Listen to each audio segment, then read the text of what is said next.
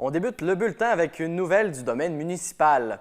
Le propriétaire du domaine Orléans, Jacques Paradis, quitte le mouvement Une île, une vision pour se lancer officiellement dans la course à la mairie de Saint-Pierre.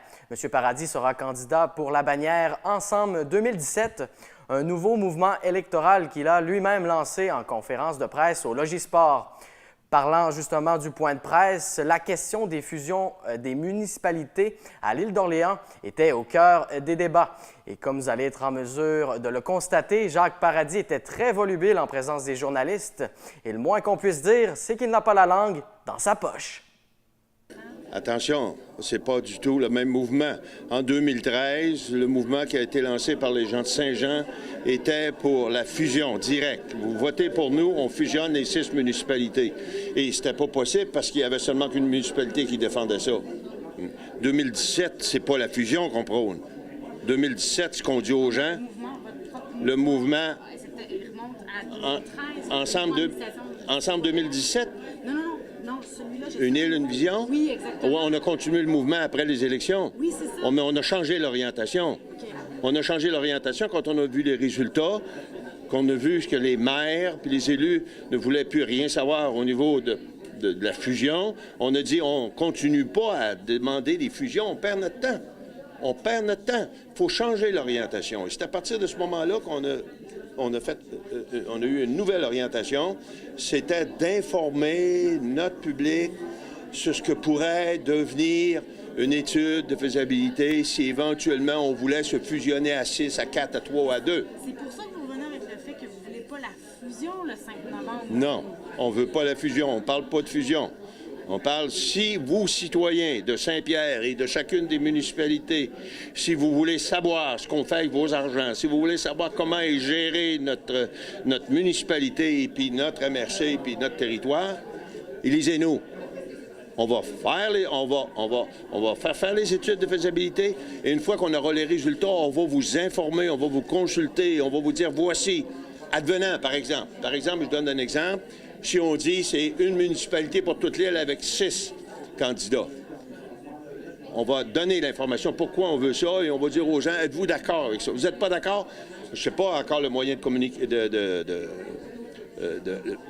d'information qu'on va prendre, mais on va demander aux gens, donnez-nous votre opinion, par référendum ou autrement. Proposer une approche beaucoup plus douce que d'y aller tout de suite avec les fusions. Tout de suite avec les fusions. D'y aller graduellement, même si vous savez que le système de gouvernance remonte à 1885. 1855. Oh oui, on sait tout ça. Mais il ne faut pas rien précipiter. Vous avez vécu comme moi, en 2000, les fusions à travers les municipalités, qui étaient des fusions obligatoires, forcées. Il y a eu une contestation incroyable des maires et de tous les gens en place. Incroyable. Il a fallu une loi très forte, avec des coûts importants, pour que les gens puissent se mettre ensemble. Nous, on ne veut pas vivre ça. On ne veut pas forcer ça. Ce qu'on veut faire, c'est aller chercher de l'information, analyser nos états financiers, analyser nos structures d'accueil, analyser nos actifs que nous avons, les passifs que nous avons, puis dire ce qu'on peut faire avec ça. Ça, c'est la première priorité, c'est vraiment l'étude de faisabilité. C'est la seule priorité. Il faut comprendre que les élus ont dit, on ne croit pas à votre affaire, on ne veut rien savoir, on veut rester comme ça. Nous, on dit très bien, vous êtes élus, vous prenez la décision de dire sur le statu quo, très bien. Nous, on arrive, il y a un exercice démocratique en novembre, puis on dit en novembre, regardez, eux ne veulent pas vous donner l'information. Nous, on va vous la fournir. Parce que ça fait partie de votre ADN de proposer la fusion ou qu'est-ce qui ferait en sorte qu'on irait vers vous? Pourquoi on vous choisirait? Je m'excuse, madame. Mon ADN et l'ADN de mon mouvement d'Une île, une vision n'était pas de proposer la fusion. On a changé l'orientation en 2014. Quand je suis arrivé, moi, j'ai dit non, ouais, ça passera jamais. C'est pas ça. C'est pas la fusion qu'il faut proposer. Il faut donner de l'information aux gens avant qu'ils prennent une décision. Moi, j'ai passé ma vie en entreprise. J'en ai acheté des entreprises. Mais avant d'acheter une entreprise, je m'informais. J'essayais de voir quels étaient les actifs, les passifs, dans quoi je m'embarquais. On demande à une collectivité de prendre une décision sur une orientation pour peut-être les 25, 30, 40 prochaines années. On ne peut pas faire ça sur des coups de tête et lors d'une élection, avec du blablabla. Ça prend des chiffres. Il faut sortir les états financiers de toutes les municipalités, de la MRC, voir ce que ça coûte. On sait qu'actuellement, ça coûte à peu près $1,5 million pour nos élus. 1 demi-million pour tous nos élus. Puis je ne vous parle pas de l'administration. L'administration globale, selon les chiffres que j'ai vus, c'est autour de là 3 millions de dollars pour administrer 6 600 personnes. Qu'est-ce qu'on peut faire avec ça? Je ne dis pas qu'avec une étude de faisabilité, on va arriver au bout, on va dire aux gens, vous allez sauver 25 sur votre compte de taxes. C'est pas ça qu'on dit. On dit qu'avec des argents à laquelle vous contribuez, que vous donnez à une structure, est-ce qu'on peut faire mieux? Et comment on pourrait faire mieux? Comment on pourrait régler le problème de la piste cyclable? Comment on pourrait régler le problème de l'entrée de l'île?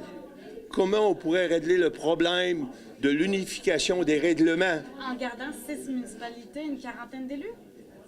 C'est pas ça qu'on dit. On n'est pas rendu là. C'est pas ça qu'on dit. On dit on va vérifier comment on peut le faire, puis on va vous informer de quelle façon on peut le faire. Êtes-vous d'accord? Seriez-vous d'accord à avoir un maire et 6 conseillers sur tout le territoire? Si vous n'êtes pas d'accord, dites-le. On fera un référendum, vous signez, on rouvre les livres, et puis on ira au référendum, si c'est un référendum que les gens veulent. Mais ce n'est pas nous qui allons décider si demain matin, il y a un maire et 6 conseillers sur notre municipalité de l'île. C'est les gens de l'île qui vont le décider. Vos objectifs, vous dites nous, il y a une équipe derrière ça. Oui, il y a une équipe. Il y en a plusieurs. Il y en a plusieurs. On n'est pas en mesure de vous en parler tout de suite.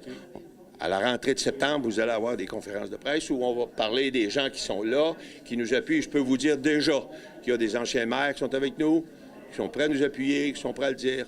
Mais c'est pas ça la nouvelle aujourd'hui. C'est pas ça qu'on veut faire. Aujourd'hui, ce qu'on veut vous dire, c'est que moi, je me présente à Saint-Pierre, puis il y a un mouvement politique qui est lancé. C'est la première étape. Mais que le mouvement qui est lancé, c'est pas la fusion.